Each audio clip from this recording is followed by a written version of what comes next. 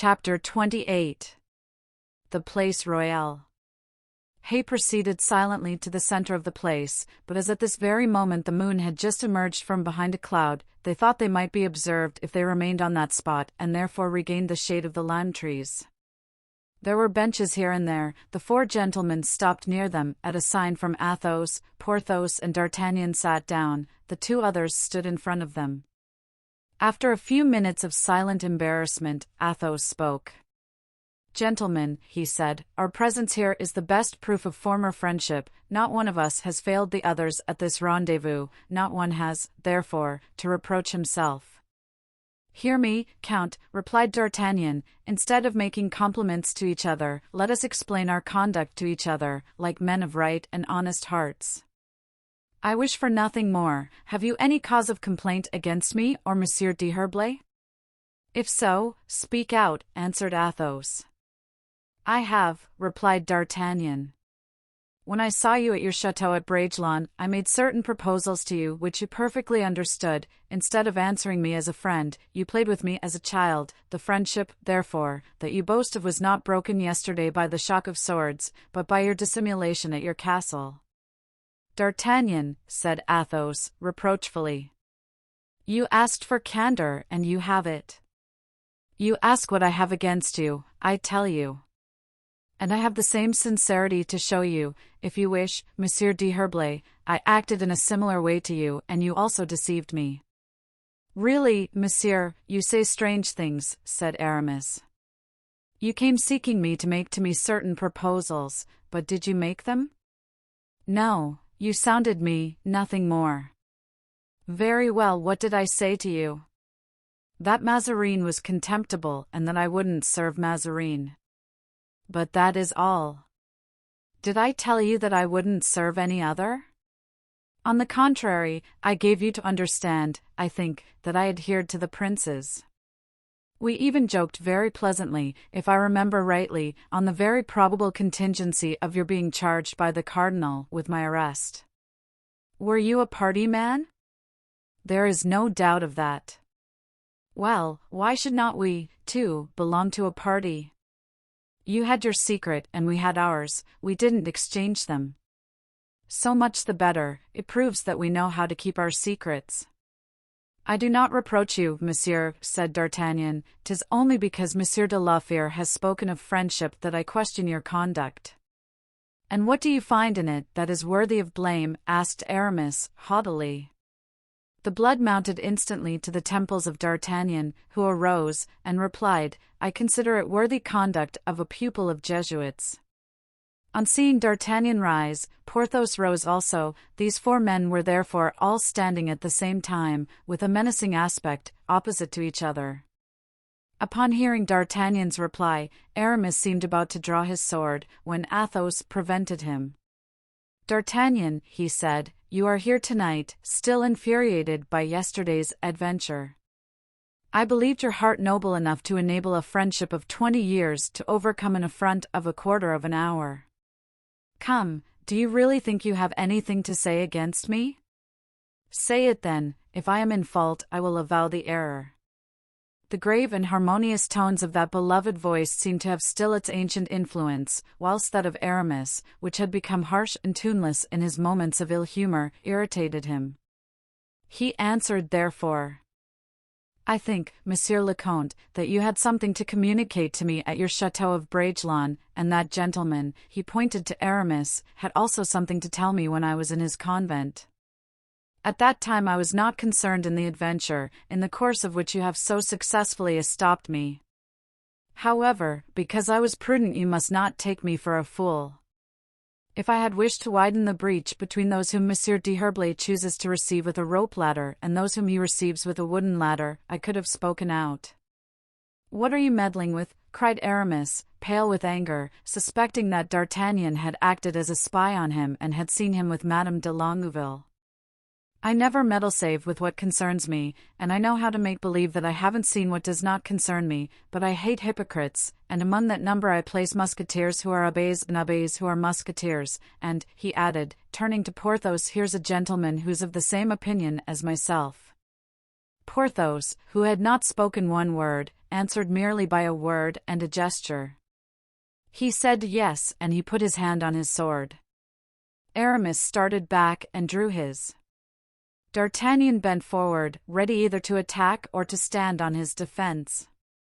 Athos at that moment extended his hand with the air of supreme command which characterized him alone, drew out his sword and the scabbard at the same time, broke the blade in the sheath on his knee, and threw the pieces to his right. Then turning to Aramis, "Aramis," he said, "break your sword." Aramis hesitated. "It must be done," said Athos, then in a lower and more gentle voice, he added, "I wish it." Then Aramis, paler than before, but subdued by these words, snapped the serpent blade between his hands, and then folding his arms, stood trembling with rage. These proceedings made D'Artagnan and Porthos draw back. D'Artagnan did not draw his sword, Porthos put his back into the sheath. "Never," exclaimed Athos, raising his right hand to heaven, "never. I swear before God, who seeth us, and who, in the darkness of this night, heareth us, never shall my sword cross yours, never may I express a glance of anger, nor my heart a throb of hatred, at you. We lived together, we loved, we hated together, we shed, we mingled our blood together, and too probably, I may still add, that there may be yet a bond between us closer even than that of friendship, perhaps there may be the bond of crime, for we once did condemn, judge, and slay a human being whom we had not any right to cut off from this world, although apparently fitter for health than for this life. D'Artagnan, I have always loved you as my son. Porthos, we slept 6 years side by side. Aramis is your brother as well as mine, and Aramis has once loved you, as I love you now, and as I have ever loved you. What can Cardinal Mazarin be to us, to 4 men who compelled such a man as Richelieu to act as we pleased? What is such or such a prince to us, who fixed the diadem upon a great queen's head? D'Artagnan, I ask your pardon for having yesterday crossed swords with you. Aramis does the same to Porthos. Now hate me if you can, but for my own part, I shall ever, even if you do hate me, retain esteem and friendship for you. I repeat my words, Aramis, and then, if you desire it, and if they desire it, let us separate forever from our old friends. There was a solemn, though momentary silence, which was broken by Aramis. I swear, he said, with a calm brow and kindly glance, but in a voice still trembling with recent emotion, I swear that I no longer bear animosity to those who were once my friends. I regret that I ever crossed swords with you, Porthos. I swear not only that it shall never again be pointed at your breast, but that in the bottom of my heart there will never in future be the slightest hostile sentiment. No, Athos, come. Athos was about to retire. Oh! No! No! Do not go away, exclaimed D'Artagnan, impelled by one of those irresistible impulses which showed the nobility of his nature, the native brightness of his character. I swear that I would give the last drop of my blood and the last fragment of my limbs to preserve the friendship of such a friend as you, Athos, of such a man as you, Aramis. And he threw himself into the arms of Athos. My son, exclaimed Athos, pressing him in his arms. And as for me, said Porthos, I swear nothing, but I'm choked. Forsooth! If I were obliged to fight against you, I think I should allow myself to be pierced through and through, for I never loved anyone but you in the wide world, and honest Porthos burst into tears as he embraced Athos. My friends, said Athos, this is what I expected from such hearts as yours. Yes, I have said it and I now repeat it, our destinies are irrevocably united, although we now pursue divergent roads. I respect your convictions, and whilst we fight for opposite sides, let us remain friends. Ministers, princes, kings, will pass away like mountain torrents, civil war, like a forest flame, but we shall remain. I have a presentiment that we shall.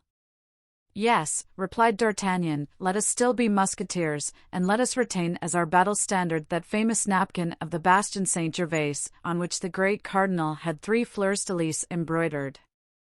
Be it so, cried Aramis. Cardinalists or frondeurs, what matters it? Let us meet again as capital seconds in a duel, devoted friends in business, merry companions in our ancient pleasures. And whenever, added Athos, we meet in battle, at this word, Place Royale, let us put our swords into our left hands and shake hands with the right, even in the very lust and music of the hottest carnage. You speak charmingly, said Porthos. And are the first of men, added D'Artagnan. You excel us all.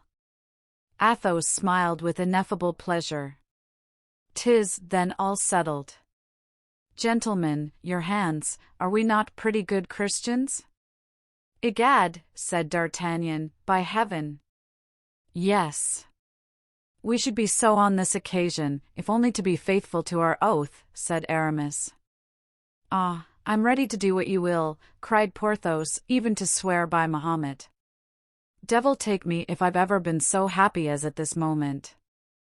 And he wiped his eyes, still moist. Has not one of you a cross? Asked Athos. Aramis smiled and drew from his vest a cross of diamonds, which was hung around his neck by a chain of pearls. Here is one, he said. Well, resumed Athos, swear on this cross, which, in spite of its magnificent material, is still a cross, swear to be united in spite of everything, and forever, and may this oath bind us to each other, and even, also, our descendants. Does this oath satisfy you?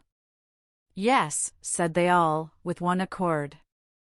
Ah, traitor, muttered D'Artagnan, leaning toward Aramis and whispering in his ear, you have made us swear on the crucifix of a frondeuse.